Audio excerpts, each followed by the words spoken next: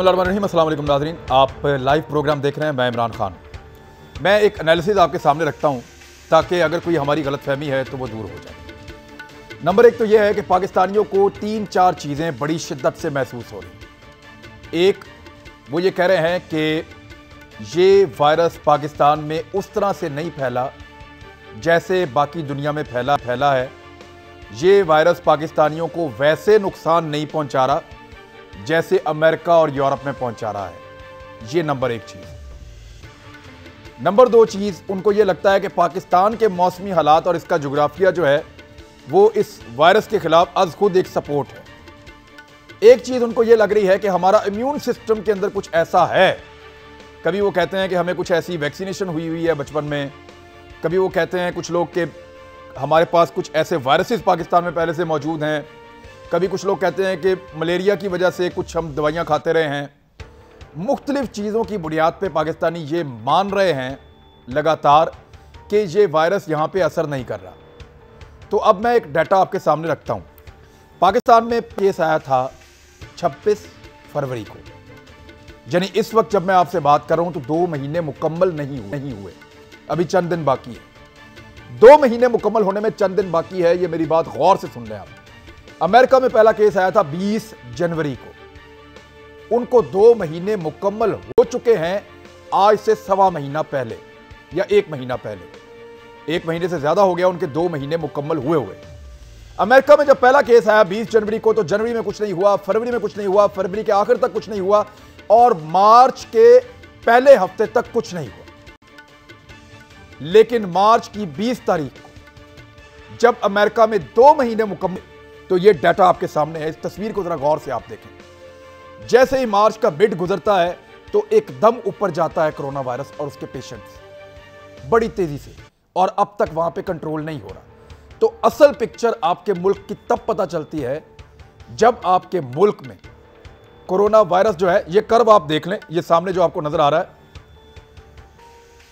ये डेथ का कर्व है, वो भी आप देख लें। ये इसके साथ जो दूसरा मैं आपको दिखाऊंगा ये केसेस हैं और ये डेथ है कि किस तरह से वहां पे डेथ की रेशो बढ़ी है। और एग्जैक्टली 2 महीनों के बाद ये जो कुछ भी अमेरिका में हुआ, अमेरिकन ये कहते थे कि हम मजबूत लोग हैं, सुपर पावर हैं, हमारी बहुत जबरदस्त और बड़े बड़े अमेरिकन के जिस्म हैं, हमें कोरोना का छोटा सा वायरस कुछ नहीं कह सकता। ये वो कहते थे, ऑन रिकॉर्ड कहते थे, उनका प्रेसिडेंट कहता था उनका कि हम बहुत ताकतवर लोग हैं।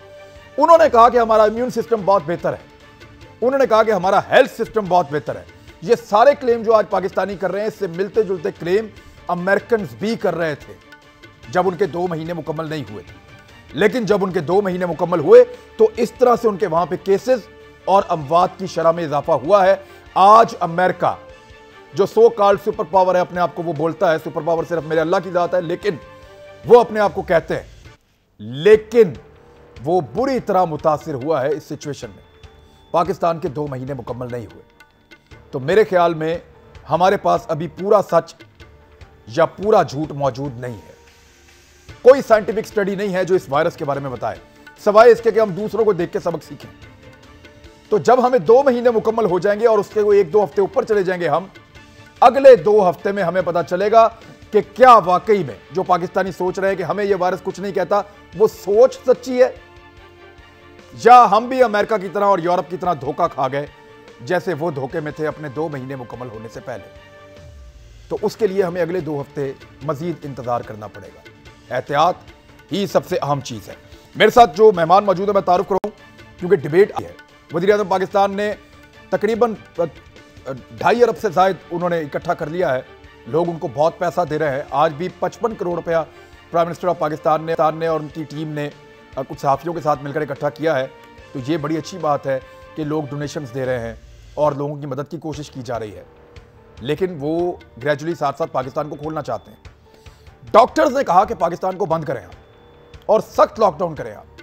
ताजिर कहते हैं मर जाएंगे, भूखे मर जाएंगे, हमारा माल बड़ा खराब हो रहा है, हमने उनके पैसे भरे हुए हैं, हमारी दुकानों में गोदामों में पड़ा हुआ, बेचने दें आप हमें, हम बर्बाद हो जाएंगे, इकोनॉमी बैठ जाएगी। तो ताजिरों का एक मौक़िफ़ है, डॉक्टरों का एक मौक़िफ़ है, अपोजिशन का कोई मौक़िफ़ नहीं है, सवाए इसके कि हुकूमत बहुत बुरी है। कोई मौक़िफ़ नहीं है, वो मैं आपको आगे आके बताऊंगा क्यों नहीं है। और एक मौक़िफ़ है हुकूमत का। हम बात करेंगे इन चीज़ों के ऊपर। मेरे साथ मौजूद हैं यहाँ स्टूडियो में नीर साहब, ताजिरों के तर्जुमान हैं। बहुत शुक्रिया नहीं मीर साहब ज्वाइन करने के लिए। हमारे साथ मौजूद है सायरा अफजल तारड़ साहिबा PMLN से। बहुत शुक्रिया आपका ज्वाइन करने के लिए। साबिक फेडरल मिनिस्टर भी हैं और हेल्थ से रिलेटेड इशूज़ के ऊपर हेल्थ मिनिस्ट्री थी आपके पास।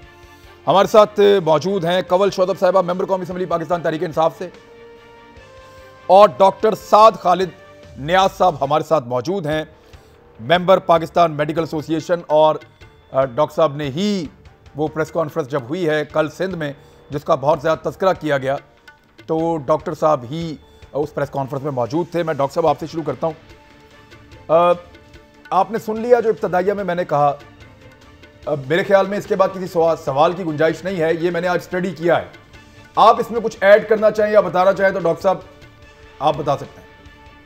कामरान साहब, सबसे पहले Imran Khan sir is my name sir, Imran Khan. Imran साहब, thank you so much for आपने हमें मौका दिया, और उससे भी ज़्यादा शुक्रिया इस बात का कि आपने हमें ये जो आपने हाईलाइट किए फिगर्स, ये इतने ज़रूरी हैं कि ये खुद ही बता रहे हैं आपको कि अमेरिका और दीगर जो बहुत वेल इक्विप्ड बड़े जिनकी इस्तात और जिनकी जो कैपेसिटी है वो बहुत ज़्यादा है मेडिकल के सिलसिले में, ख़ासतौर पे इस किस्म के इस मुसीबत जिसमें हम फंसे हुए, वहाँ पे इतना मसला हुआ और अचानक से नंबर बढ़े। और वो अगर आप फिगर जैसे आपने शो किया ग्राफ, वो आप देखें तो हमें ऐसा लग रहा है कि अगले 2 से 4 हफ्ते में हमारे यहाँ भी शायद ऐसा ही हो। हम कह रहे हैं शायद, मेरी दुआ है अल्लाह ऐसा ना हो, मेरी दुआ है कि हम सब गलत साबित हो और अगले हफ्ते हम उठें और सब ठीक हो जाए। लेकिन फिलहाल हमको रियलिस्टिक होना पड़ेगा। तो रियलिस्टिक फिगर्स के हिसाब से हमने इसीलिए कल बहुत इस्तराब और बहुत प्रेशर में जो है ना, हमने ये कल प्रेस कॉन्फ्रेंस इसलिए की ताकि हम लोगों को ये चीज़ बता सके, उनको बावर करा सके कि देखें कराची जैसे शहर में क्रिटिकल केयर की फैसिलिटी, और मैं आपको फैक्ट से बात कर रहा हूँ, इसको कोई भी जाके चेक कर सकता है, critical care facility for corona virus जो है कराची के अंदर वो सैचुरेटेड हो रही है। और अभी हमने नंबर्स नहीं देखे जो हमने देखे। आज ही मुझे बताया गया है कि 100 जो लोग बाहर से पाकिस्तान आए हैं पिछले 3 दिनों में, उनको आइसोलेशन वार्ड में जो आइसोलेशन यूनिट बनाया है वहाँ पे एक्सपो सेंटर में, वहाँ एडमिट किया गया है। तो हमारे पास वो भी बाहर से आ रहे हैं, हमारे पास अंदरूनी मामला भी है। तो आप मुझे ये बताइए, जैसे आपने दिखाया कि हमारे पास चॉइस क्या है। आप कह रहे हैं कि बिल्कुल ताजिर बरादरी और मुझे हर इंसान से जो इस वक्त मुसीबत में है, और यकीन माने मेडिकल स्टाफ काम भी कर रहा है और उसको भी तनख्वाहें नहीं मिल रही, तो ऐसा मसला नहीं है, सब परेशान है। लेकिन मसला ये है कि इंसान की जान की क्या कीमत है। क्या हमारे मुआशरे में इंसान की जान से ज्यादा कोई चीज अहमियत रखती है? अगर है तो बिल्कुल ठीक है, और अगर नहीं तो हमें इस चीज को समझते हुए अपने आप को प्रिवेंशन के अलावा हमारे पास ना इलाज है। मुझे एक चीज डॉक्टर साहब देखें अभी हम इस फेज में हैं कि हमें ये नहीं पता कि ये ऊंट किस सिमत बैठेगा। बिल्कुल। और अगले 10 से 15 दिन हमें ये बता देंगे कि ये पेंडेमिक यहां पे उस तरह से फैल रहा है जैसे यूरोप और अमेरिका में गया, या हम अल्लाह ताला के नवाजे हुए लोग हैं और हमारे साथ वो नहीं हो रहा। मैं ठीक कह रहा हूं सर? बिल्कुल। अगर कोई नरमी करनी है तो आपको एटलीस्ट आप 15 दिन मांग रहे हैं मजीद। मैं ये बिल्कुल, आप इमरान खान साहब आप बिल्कुल सही कह रहे हैं। हम यही कह रहे हैं कि जब आपने इतने दिन तक आपने इसको बर्दाश्त किया है और मसले को इतनी मुश्किलों को उठाया है, तो हम आपसे ही कह रहे हैं 2 हफ्ते के लिए अभी स्टार्ट करें। 2 हफ्ते में हम देखते हैं, अगर अल्लाह ताला इस पर रहम करे, अल्लाह ताला चीजें बेहतर कर दे, तो 2 हफ्ते बाद आप सब कुछ खोल दें। लेकिन 2 हफ्ते खुदारा एहतियात कर लें। That's all we are saying. अब सर मेरे साथ देखें डॉक्टर साहब, मेरे साथ बैठे हुए नईम मीर साहब बैठे हुए। अब नईम भाई यार देखें, वो कह रहे हैं कि जितना बर्दाश्त किया 2 हफ्ते और कर लो। क्या ताजिर मजीद 2 हफ्ते बर्दाश्त कर सकते हैं? देखें, ज़ाहिर है ये एक वबा है और इसमें जो तिब के माहिरीन होंगे उनकी जो राय होगी उसकी बड़ी अहमियत होगी, बल्कि अहमियत ही उन्हीं की राय की होगी। और पूरी दुनिया ने जो इस वबा से निपटने के लिए जो मॉडल इख्तियार किया है वो लॉकडाउन ही है। जिस तरह आपने अपने इंट्रो में भी बताया है कि अमेरिका भी इसके आगे बेबस हो गया, जो सुपर पावर था है बल्कि, और तमाम जो तरक्की याफ्ता ममालिक हैं जिनके बड़े बड़े ज़बरदस्त किस्म के हेल्थ केयर सिस्टम थे वो कोलैप्स कर गए हैं। तो हम तो किस बात की मूली हैं। तो ये बात तो डॉक्टर साहब की इस हद तक तो बहुत दुरुस्त है और हमें इन्हीं की हिदायत और इन्हीं की रहनुमाई में हमें आगे बढ़ना चाहिए, ये इसमें तो कोई दो राय नहीं है। असल मसला ताजरों का ये है कि जहाँ पूरी दुनिया ने लॉकडाउन के मॉडल को अडॉप्ट किया, वहीं पूरी दुनिया ने एक मुआशी पैकेज भी साथ अपने उन लोगों को दिया जो मुतासर हुए इस लॉकडाउन से। ये लॉकडाउन जो है ये कोई सज़ा नहीं है लोगों को, आवाम को, या उनको कोई किसी अदालत ने सज़ा नहीं दी कि आपने अपने घरों में बैठ जाना है और कैद हो जाना है, बल्कि ये रज़ाकाराना तौर पे कहा गया कि आप महदूद हो जाएं और आपकी बुनियादी ज़रूरतें रियासत पूरी करेगी। अब हमारी रियासत का दबाव डाल रहे हैं ना, कराची में भी, लाहौर में भी, हर शहर में दबाव इसलिए डाल रहे हैं, नहीं इमरान साहब, दबाव इसलिए ताजर डाल रहे हैं कि ताजर जो हैं वो अपनी बुनियादी ज़रूरतों को अब पूरा करने के काबिल नहीं रहे, अहल नहीं रहे। वो अपनी जेब से अपनी बुनियादी ज़रूरतें पूरी कर रहे थे, लेकिन रियासत ने उन्हें किसी किस्म की सपोर्ट नहीं की। यही लॉकडाउन था जिसको ताजरों ने वेलकम किया सबसे पहले और आगे बढ़े और उन्होंने कहा कि हम रियासत पाकिस्तान की मदद करेंगे, मुआवनत करेंगे और हम अपने कारोबार और दुकानें बंद करेंगे। इन्होंने बंद की, रियासत के साथ ताउन किया। अब रियासत का भी फ़र्ज़ है कि रियासत अपने ताजरों को देखे कि वो जो मुतासरा फरीक हैं, बराह रास्त मुतासर हुए हैं, अब उनको किस तरह कॉम्पनसेट करना है। प्रॉब्लम यह है कि यहाँ 1250 अरब रुपए का पैकेज दिया जाता है और उसका पता ही नहीं है कि वो पैकेज जो है वो किसको दिया गया, गरीबों को चला गया ना, ताजरों को तो नहीं आया। नहीं आया 200 अरब रुपया इन्होंने, देखें यही तरजीहात का फ़र्क है। उस 1250 अरब रुपए में से 200 अरब रुपए के इन्होंने रिफंड दिए हैं एक्सपोर्टर्स को। मुझे बताएं, फौरी तौर पर 200 अरब रुपए के जो रिफंड्स थे वो देने की क्या ज़रूरत थी? आपने इंडस्ट्री चलानी नहीं, बिजनेस चलाना नहीं, आपने तो अपने छोटे बिजनेसमैन को बचाना था।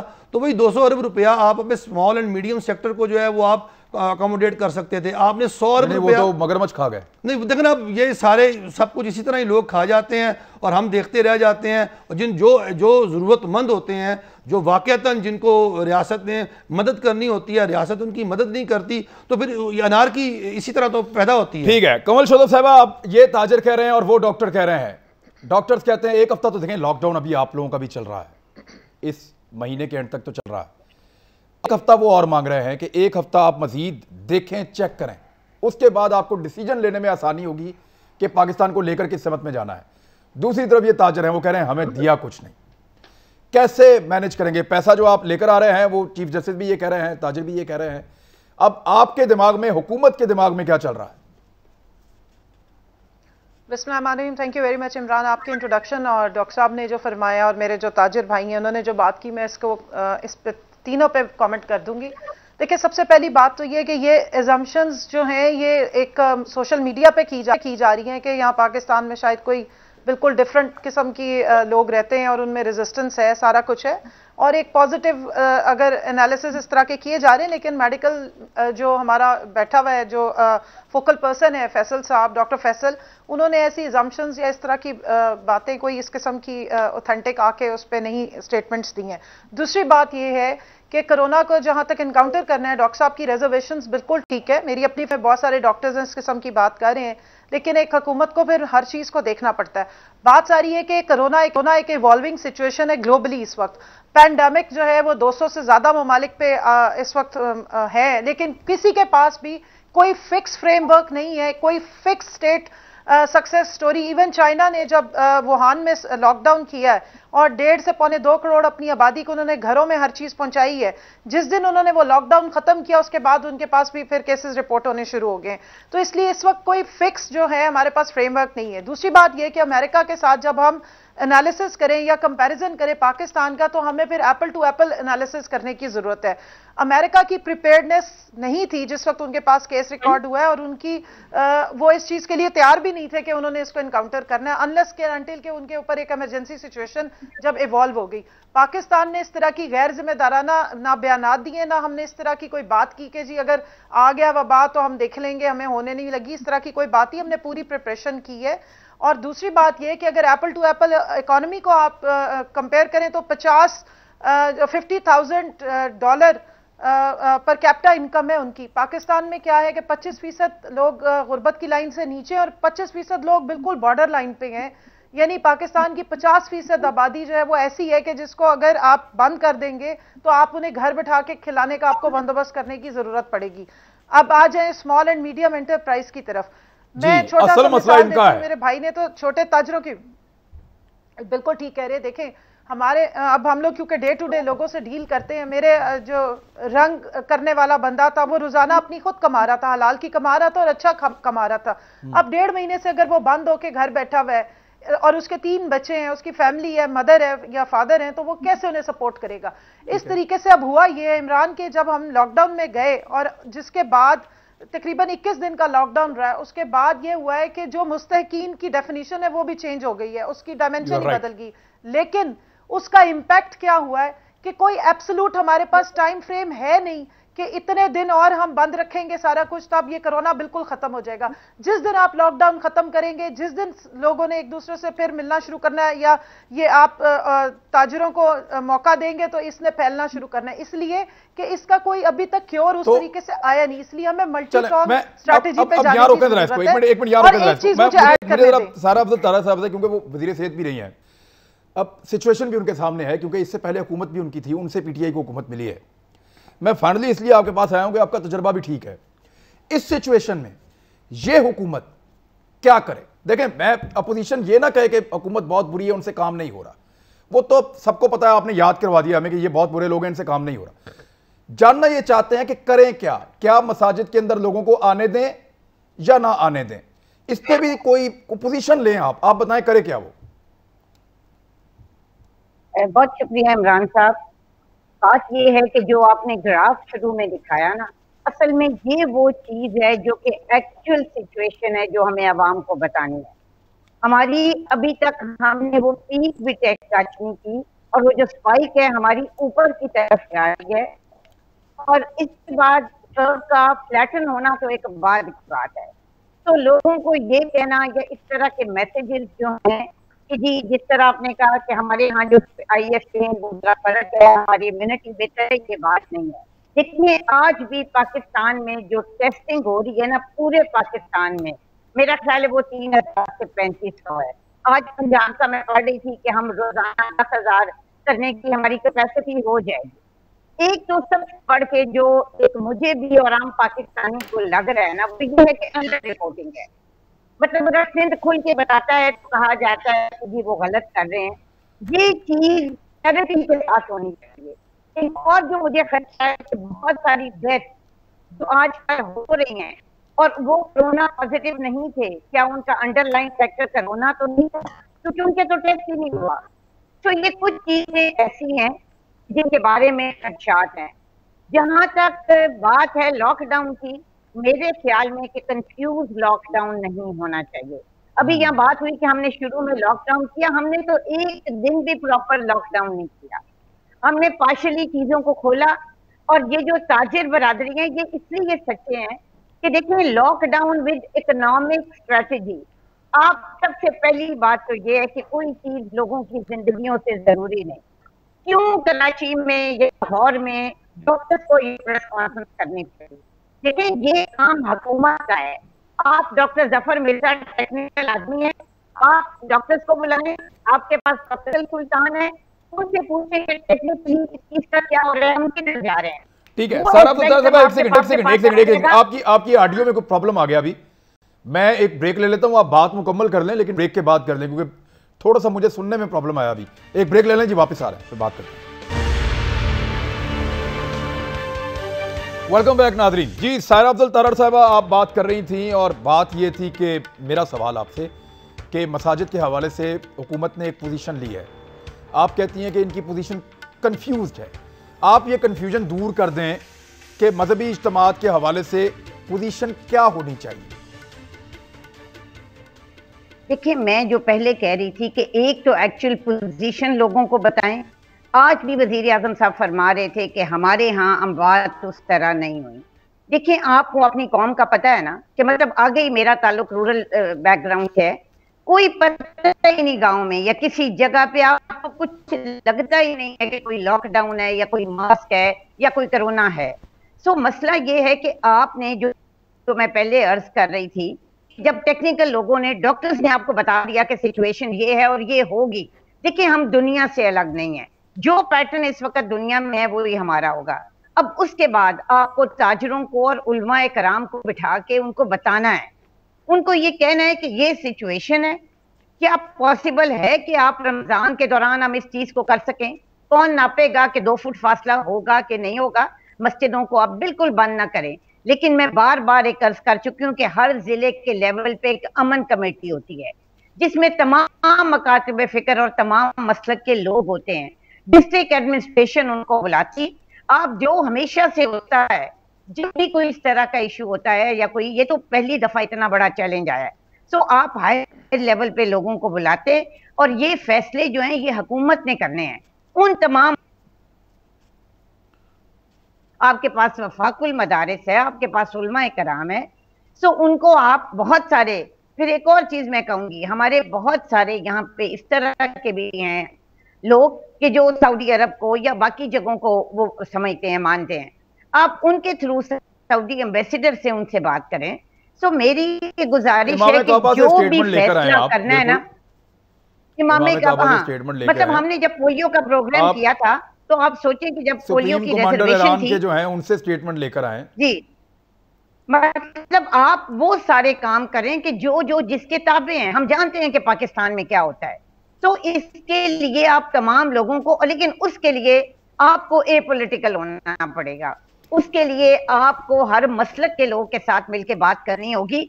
और मैं ये समझती हूँ, कन्विंस करना, आप कन्विंस करने की पॉलिसी में लोगों को कन्विंस करें और उस तरीके से कन्विंस करें जैसे वो हो जाएं। मेरा एक और सवाल है इसमें। एक तो ये कुछ ग्राउंड रियलिटीज हैं जो अभी शेयर की कवल शोदब साहिबा, मैं आपके पास लेकर आ रहा हूं इस मामले को। एक तो ये ग्राउंड रियलिटीज हैं जो अभी आपके सामने रख दी अपोजिशन ने। लोगों को एंगेज करने में आपकी कामयाबी नजर नहीं आ रही, वो ये कह रही हैं। इसकी वजह से ये कंफ्यूजन है। यहां ताजिर बैठे हैं, वो कह रहे हैं हमें मार पड़ी है, हमसे बात नहीं की, हमसे नहीं पूछा कि हमें क्या चाहिए था, इनपुट नहीं ले रहे। नहीं, ऐसी बात नहीं है इमरान। आपको पता है कि उलमा की पूरी कंसल्टेशन हुई और उसको मीडिएट किया है सदर मुमलिकत पाकिस्तान ने, इसलिए कि वो लेकिन उसमें कंफ्यूजन निकली ना, स्टेट है, और दूसरा ये कि वो ए पॉलिटिकल। कंफ्यूजन नहीं है, मेरी अर्ज सुन लें। देखिए, मैं आपको बताती हूँ, मुख्तलिफ मसलक के जो उलमा इकराम है वो डिफरेंट बात कर रहे हैं। अहले तशी के एक जयद आलिम है, आज उनका सुबह बयान चल रहा था कि हमें अगर कोई एक बंदा मस्जिद में आता है और वो कैरियर है और वो अपने आने की वजह से लोगों को इन्फेक्ट करके जाएगा और उसकी वजह से किसी की अगर मौत वाक़ होती है तो आप उसके रिस्पॉन्सिबल हैं। ये अब एक स्टेटमेंट है। उसके बरक्स 2 या 3 और स्कूल ऑफ थॉट है जो चाहते हैं कि मसाजिद खुली रहे। उनका आर्ग्यूमेंट ये है कि अगर आप ताजिरों को रिलीफ दे रहे हैं, देखिए यहाँ इन्फेक्टेड आदमी को पता ही नहीं है कि वो इन्फेक्टेड है। सबसे अजीब चीज ये है कि इस बीमारी में जो इन्फेक्टेड है उसको तो पता ही नहीं कि मैं इन्फेक्टेड हूं। वो अलग डिटेल है, वो एक अलग डिटेल है। मुझे, अगर मैं आपको उनकी बात कोट कर रही हूँ, मैं रीजनिंग नहीं दे रही हूँ, मैं आपको सिर्फ ये बता रही हूँ कि कंफ्यूजन गवर्नमेंट के बात उनको समझानी किसने है? मेरे से तो उलमा नहीं मिलते। मेरी अर्ज सुन लीजिए ना जी। अब उलमा कराम को कोशिश की समझाने की, उनको इसीलिए 20 नकात पर कन्विंस किया है और साथ ये बात कही गई है, रिटर्न उनसे लिया है सिग्नेचर्स के साथ कि अगर ये इंप्लीमेंटेशन आप नहीं करा सकेंगे मसाजिद में जिसकी आप जिम्मेदारी ले रहे हैं तो हुकूमत इस पर बैन कर देगी। एक छोटी चीज मुझे देखें, और नूरुल हक कादरी साहब ने पहले दिन आपके डॉक्टर शहबाज गिल साहब ने ट्वीट किया है। एक मिनट मुझे दीजिएगा। शहबाज गिल साहब ने ट्वीट किया, सुन मेरी बात सुन लें कि ये जो डॉक्टर साद साहब मौजूद हैं हमारे साथ, डॉक्टर साद खालिद साहब, इनकी प्रेस कॉन्फ्रेंस को सिंध गवर्नमेंट स्पॉन्सर कर रही थी। मेरे ख्याल में डॉक्टर्स की बात ज्यादा अहम है या ये ज्यादा अहम है कि कौन किसको स्पॉन्सर कर, क्यों पॉलिटिक्स के अंदर धकेल देते हैं हर चीज को? ये एलिगेशन के जी उनको ये सियासी प्रेस कॉन्फ्रेंस थी और उनको स्पॉन्सर किया गया था। शहबाज गिल साहब, इमरान साहब, शहबाज गिल साहब अपनी बात जो उन्होंने की है उसके वो खुद जिम्मेदार है। मैं आपको जो एक पॉइंट ऑफ व्यू दे रही हूँ वो ये है, देखिए डॉक्टर साहब ने अपनी बात की, उन्होंने बिल्कुल ठीक बात की है। मैं आपको सिर्फ एक आर्ग्यूमेंट दे रही हूँ। WHO ने जिस दिन से ये कोरोना वायरस आया आज तक कितनी दफा अपना स्टांस चेंज किया है, क्योंकि इवॉल्विंग सिचुएशन है, कोई चीज डेफिनेट फ्रेमवर्क में फिट इन नहीं हो रही। अब ये कोई डेफिनेट अगर फ्रेमवर्क हुकूमत को दे दे तो उसके बाद आप ये बताएं कि अगर आप जी 20 दिन 25 दिन अगर आप कंप्लीट लॉकडाउन कर देंगे तो उसके बाद ये कर्व जो है ये बिल्कुल फ्लैटन हो जाएगा और उसके बाद आप जिंदगी को वापस ठीक है। सारा साहब आप अपना पॉइंट आउट ऐड कर दें। मैं जरा डॉक्टर साहब से और नईम साहब से बात करनी है मुझे। जी आप बताइए, अपना पॉइंट दे दें, आप जो कहना चाह रही हैं। मुझे कह रहे हैं जी जी आप। मैं कह रही हूं कि WHO इसलिए रोज अपने प्रोटोकॉल्स बदलता है क्योंकि दुनिया आदि उस पीक से गुजर के उनका फ्लैटन हो रहा है कर्व। पाकिस्तान में जो सिचुएशन इवॉल्व हो रही है हम सबसे आखिर में है और हमने वही पैटर्न फॉलो करना है। सो ये कहना कि वो ठीक कह रहे हैं वो, और जो ये बात आप कर रहे हैं ना, क्यों ये शहबाज गिल साहब ने जो बात की उसके जिम्मेवार वो खुद हैं? क्या वो हुकूमत का हिस्सा नहीं है? क्या ये कलेक्टिव रिस्पॉन्सिबिलिटी इनकी नहीं है कि इस वक्त बजाय इत्तेहाद के इतनी गैर जिम्मेदार बयान आप दें, ऊपर से लेके नीचे तक? चलें डॉक्टर साहब से पूछ लेते हैं। ये मैंने जब बात आप देखिए कि जब भी कोई बात होती ये सिंध गवर्नमेंट ने स्पॉन्सर कीजिए आपकी प्रेस कॉन्फ्रेंस, और वजीर आला ऑफिस से बाकायदा इंटीमेट किया गया कि डॉक्टर्स इकट्ठे हो रहे हैं, आप जाएं वहां पे। ये डॉक्टर साहब आवाज आ रही है आपको मेरी? डॉक्टर साद खालिद साहब, मेरी आवाज आ रही है आपको? जी इमरान खान साहब, आप सुन सकते हैं मेरी बात? जी जी मैं सुन रहा हूं। आपके ऊपर एक एलिगेशन ये लगाया कि सिंध गवर्नमेंट ने आपकी प्रेस कॉन्फ्रेंस स्पॉन्सर की है, और ये इस पे मैंने अपना कल एक क्लैरिफिकेशन दिया था। मैंने कहा सिवाय इसके कि मैं इस पे अफसोस करूं और मुझे शदीद दुख हो, इसके अलावा मैं क्या कह सकता हूँ। वहाँ पे डॉक्टर बारी Indus hospital, professor Sohail Akhtar Indus hospital, Pakistan Islamic medical association के रिप्रेजेंटेटिव आगा खान के प्रोफेसर अजीम, मैं सर रजाकाराना काम करता हूँ गवर्नमेंट ऑफ सिंध के लिए 14 साल से। मुझे गवर्नमेंट ऑफ सिंध से क्या लेना है या मुझे वो क्या देगी? मैं प्राइवेट कह रहे हैं गवर्नमेंट ऑफ सिंध ने इंटीमेट किया सहाफियों को कि जाएं वहाँ प्रेस कॉन्फ्रेंस हो रही है। बिल्कुल नहीं, हम गए पहले, मैं और डॉक्टर बारी गए पहले उलमा के पास, हमने उनके ऑलमोस्ट हाथ पैर जोड़े कि जी आप इसको जरा दोबारा देखें। हमने गवर्नमेंट के पास हम गए, चीफ मिनिस्टर साहब के पास, उनसे बात करके कि आप देखें सारी चीजों को बंद करें। ये अगले 2 हफ्ते सब कह रहे हैं सख्त है। मुझे नहीं पता कि ये सही स्ट्रेटेजी है या नहीं है, लेकिन दानिशमंदी यही लगती है कि कम से कम ये 2 हफ्ते हम एहतियात करें, उसके बाद हम इसको री-इवैल्यूएट कर लें। ठीक। उसके बाद हम चीफ मिनिस्टर के पास गए, चीफ मिनिस्टर साहब से हमने कहा, जब कहीं से भी हमें कुछ नहीं मिला तो हमने आपस में डिसाइड करके ये फैसला किया कि हम इसको जाके पब्लिक करते हैं। उसके बाद हमारा काम है, मुझे हुक्म अज़ा, ठीक है ना, तो उसमें उन्होंने आपकी मदद कर दी और मीडिया को इन्फॉर्म करवा दिया। ठीक है, ठीक है, मीडिया को इन्फॉर्म कर दिया। उसके बाद लोगों की मर्जी है अगर समझ में, और हमने देखिए इसमें भी बड़ा इंपॉर्टेंट चीज है, हमने आई थिंक पॉलिटिक्स नहीं होनी चाहिए। ठीक कह रहे हैं, बिल्कुल ए पॉलिटिकल हो के सारी गवर्नमेंट को कहा कि आप लॉकडाउन करें, हमने ताजिर बरादरी को कहा, हमने अवाम को कहा, हमने उलमा को कहा, सबको कहा कि बात ये है कि गैदरिंग, ये जो शॉपिंग हो रही है इसको भी आप इस तरह गैदरिंग में ना करें, मस्जिद में भी एहतियात करें, हर जगह करें, ताकि हमारे जो जूनियर डॉक्टर्स जी जो मुसीबत में फंसे हुए, जिनके नंबर्स बढ़े, वो बहुत परेशान है। मैं उनकी आवाज उठाना चाह रहा हूँ क्योंकि वो अस्पतालों में बिजी हैं। हमारे पास इतना ज्यादा स्टाफ नहीं है कि हम उसको सस्टेन कर सके। हमारे पास आपके मेडिकल का जितना अमला है वो सब खराज तहसीन के लायक हैं, और उनके वसाइल वाकई में सीरियस, एक बहुत सीरियस मसला है। पाकिस्तान तो हेल्थ में वैसे ही बहुत पीछे है। नहीं भाई, बिल्कुल।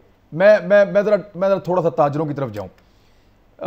नईम मीर साहब, अब मामला ये है कि अभी 10 दिन 15 दिन मजीद खुलते हुए ताजरों के दुकानें, उनकी मार्केटें नजर नहीं आ रही। एक और चीज मैं महसूस कर रहा हूं, पॉइंट आउट कर देता हूं कि जो बड़े बड़े डिपार्टमेंटल स्टोर्स हैं वहां पे खुराक की फराहमी के लिए तो उनको खोला गया है, लेकिन वो कपड़ा भी बेच रहे हैं, प्लास्टिक भी बेच रहे हैं, जूता भी बेच रहे हैं, वो हर चीज बेच रहे हैं साथ साथ। तो वो भी जो कारोबार आपके पास आता था वो उनका शिफ्ट हो गया, वहां पे 10 गुना ज्यादा रश लगा हुआ है। ये एक सिचुएशन भी है जो गवर्नमेंट को देखनी चाहिए कि आपने कोई बड़े बड़े डिपार्टमेंटल स्टोर, बहुत बड़ी बड़ी चेन्स अगर आपने खोली हैं तो उनको बाउंड करें कि वो सिर्फ और सिर्फ खुराक बेच सकते हैं, क्योंकि खुराक की दुकानें खोलने की इजाजत है। वो बाकी चीजें जो इनके साथ कंपटीशन में आती है, छोटे ताजरों के साथ, बाकी लोगों के साथ, वो उनको बेच के इनका हक खा रहे हैं। कपड़ा बेच रहे हैं, जूते बेच रहे हैं, बहुत सारी इंटरटेनमेंट की चीजें बेच रहे हैं, खिलौने बेच रहे हैं, टेलीविजन बेच रहे हैं, मोबाइल फोन बेच रहे हैं, वो हर तरह की चीजें साथ साथ बेच रहे हैं और उनकी चांदी हो रही है। तो ये छोटे ताजर का हक है जो वहां पे मारा जा रहा है। नहीं मीर साहब, अगर 15 दिन और बंद रहते हैं, उसके बाद आपको क्या दे गवर्नमेंट कि आप वापस आ सकते हैं दुनिया में? देखें खान साहब, सबसे पहला तो जो इमीडिएट प्रॉब्लम पैदा हुआ है वो ये हो गया है कि इस वक्त वापडा हुकाम जो हैं वो पूरे मुल्क में हमारे कमर्शियल मीटर्स जो हैं वो उतार रहे हैं बिलों की अदम अदायगी की बिना पर।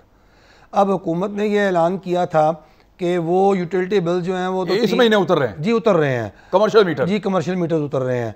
अब मुझे ये बताएं कि हमने 1 महीना दुकान बंद रखी है, कारोबार बंद रखा है, और उसके बाद कमर्शियल मीटर्स के बिल तो हमने अदा नहीं करने थे, ना हुए हमसे, ना हमारे पास पैसे थे।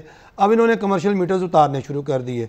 दूसरी बात मैं आपको बताऊं कि आज कल इन्होंने हमारे कुछ ताजर रहनुमा कराची से गिरफ्तार किए और आज वो 14 दिन के जुडिशल रिमांड पे चले गए। अब उसका मैं आपको किस्सा ये सुनाऊं कि गवर्नर साहब ने कुछ ताजरों को अपने पास बुलाया, सिंध के गवर्नर हैं, उन्होंने ये कहा कि जी आप फिक्र ना करें, आप दुकानें खोलें। उनको हलाशेरी दे के भेज दिया। अब गवर्नर साहब का क्या इख्तियार था? देखें, अब गवर्नर साहब ने उनको कहा, उन्होंने बेचारों ने दुकानें खोल ली, वहाँ पर चीफ मिनिस्टर और गवर्नर जो हैं वो सारे जो हैं वो दोनों आपस में सेम पेज पे नहीं हैं। इन्होंने हमें जो है हमारा कांधा इस्तेमाल किया अपनी सियासत के लिए और बाद में उन ताजिरों को गिरफ्तार कर लिया गया। तो आपके टीवी चैनल की वसातत से गवर्नर साहब ने ताजिरों को भेजा दुकानों में और खुद क्वारंटीन हो गए, और आप क्वारंटीन हो गए, और फिर आईजी को फ़ोन करते रहे कि इनके खिलाफ पर्चा ना दें जी, इनके खिलाफ कानूनी कार्रवाई ना करें, आपके टिकट्स यहाँ चलते रहे टीवी चैनल्स पर। अब मुझे बताएं, गवर्नर साहब चीफ एग्जीक्यूटिव तो नहीं है सूबे के, अब गवर्नर साहब का तो इख्तियार ही नहीं है, तो वो ताजिरों के साथ मुलाकातें करके ताजिरों को वो क्यों बहका रहे हैं? चले आप मुझे ब्रेक के बाद ये बताएं कि आपको दुकानें खुलने के बाद ऑक्सीजन तो चाहिए होगी ना ताजिरों को, तो क्या करे हुकूमत, पॉलिसी क्या होनी चाहिए? ब्रेक के बाद वेलकम बैक नाज़रीन। नईम मीर साहब, वापसी कैसे हो? सर वापसी पहले तो ये है कि ये हुकूमत जो है ना, ये हमें अपनी बात ताजिरों की तरफ से डिमांड रखते हैं जी हमें अपनी बात समझाने के बजाय ना हमारी बात को समझे, क्योंकि इस हुकूमत को ना तिजारत की समझ है ना ताजर के मसाइल से आगाही है। ये समझ नहीं रहे कि जिन लोगों को, जिनको ये मुस्तहक कह रहे हैं, इनकी मुस्तहक की डेफिनेशन में नहीं हम आते। सबसे पहले तो प्रॉब्लम ये है, ये अपनी मुस्तहक की डेफिनेशन ठीक करें। क्यों? क्योंकि जितने वर्कर्स हैं, जो वर्क फोर्स है पूरी दुनिया के अंदर, जो 40% से ज़ायद वर्क फोर्स होती है, उसको आपका एसएमई सेक्टर कैटर कर रहा होता है। आपकी बाकी की वर्क फोर्स जो होती है वो आपकी इंडस्ट्री उसको कैटर कर रही होती है। अगर आप अपनी इंडस्ट्री को, अपने एसएमई सेक्टर को आप स्ट्रेंथन करेंगे और उसको इमदाद देंगे, उसको पैकेज देंगे, तो वो ऑटोमेटिकली आपका दिहाड़ीदार तबका भी अकोमोडेट हो जाएगा, आपकी वर्क फोर्स भी अकोमोडेट हो जाएगी, और बिजनेस एक्टिविटी जो है वो भी जो है वो ख़राब नहीं होगी, बदहाल नहीं होगी। आपकी सोच ही ठीक नहीं है, माजरत के साथ।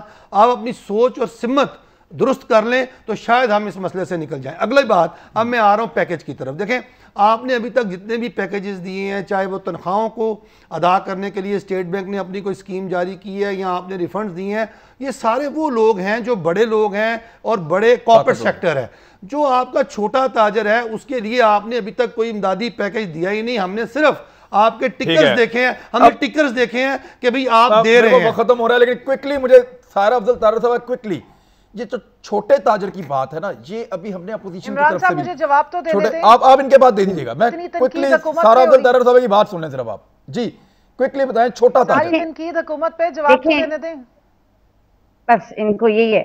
अच्छा हाँ साहब, आपको भी पता चल गया होगा कि चीफ सेक्रेटरी पंजाब तब्दील हो गए हैं, तो आप अंदाजा करें कि इस वक्त जो हालात चल रहे हैं कोरोना के, या जो भी टीम वर्क या भी हुआ होगा उसका नतीजा, मतलब आप इससे हुकूमत की, जिस तरह अभी ये मीर साहब ने कहा कि मकसद है कि इनको इदराक ही नहीं है कि सिचुएशन क्या है और उसमें रिएक्ट क्या करना है। इनकी बात बिल्कुल ठीक है कि छोटे ताजर या करियाने की दुकानें जो बंद कर दी गई हैं, आप जब तक कोई इकोनॉमिक पैकेज नहीं देंगे, आप उनके साथ कितना बड़ा जुल्म कर रहे हैं। आप उनको बिजली के फंडों में रिलीफ नहीं दे रहे, पेट्रोल की प्राइसेस कम हो गई हैं, आपने जो किस्तें की हैं, आप हर किसी के लिए, मतलब 3 दफा ईसीसी की मीटिंग हुई है, डिसीजन नहीं हो पा रहा कि जी इंस्टॉलमेंट देनी है, नहीं देनी, कितनी देनी है, और यही हाल बाकी बिल। ठीक है, अब कंवल शोधक साहब आप रिस्पॉन्ड कर दें। कंवल शोधक साहब रिस्पॉन्ड कर दें जी प्लीज। देखिए, सायरा तारड़ साहिबा के लिए तो माजरत के साथ आपने खजाना इतना खाली छोड़ा हुआ है कि हम चाहते हुए भी नहीं कर पा रहे हैं। अगर आप कुछ पैसे वापस कर दें तो हम अभी दे देंगे। दूसरी बात ये है जी, दूसरी बात यह कि ऐसी सिचुएशन कभी आई नहीं थी। तीसरी बात यह है कि एसएमई सेक्टर के लिए पूरा प्लान तैयार है, वो अनाउंस हो जाएगा इस अगले हफ्ते के बिल्कुल स्टार्ट में। डायरेक्शन और सिमत हमारी बिल्कुल ठीक है। मसला सारा ये है कि कोविड-19 दुनिया में आज से पहले इस तरह से इवॉल्व हुआ नहीं था। जो मेरे भाई भी तनकीद कर रहे हैं और सायरा साहिबा तो सिर्फ इसी काम पे हैं कि तनकीद ही करनी है। सिर्फ ये चीज देख लें कि आज पाकिस्तान पूरा बिल्कुल इस काम पे नहीं हूं, ये सिर्फ हुकूमत नहीं है। मुझे बात करने दीजिए, मैंने आपको इंटरप्ट नहीं किया। मुझे जरा तसल्ली से बात, आप जरा हौसले से मेरी बात जल्दी बात कर लें। मैंने बहुत आराम से आपसे बात की, इसलिए बेहतर ये है कि थोड़ा सा इंतजार कर लें और थोड़ा सा दिल बड़ा करें। ये हम सबके ऊपर एक प्रॉब्लम आई है, ये मेरे पास वक्त खत्म हो गया। ये प्रॉब्लम सबका है तो सबको मिलकर चलना पड़ेगा। उम्मीद करते हैं कि छोटे ताजरों के मसाइल जिन पे आज हमने बात की वो भी हुकूमत कंसिडर करेगी और इनको भी इसमें से निकालेगी सबके साथ साथ। अपना ख्याल रखिएगा। मुलाकात होती है मंडे को। अल्लाह हाफ़िज़।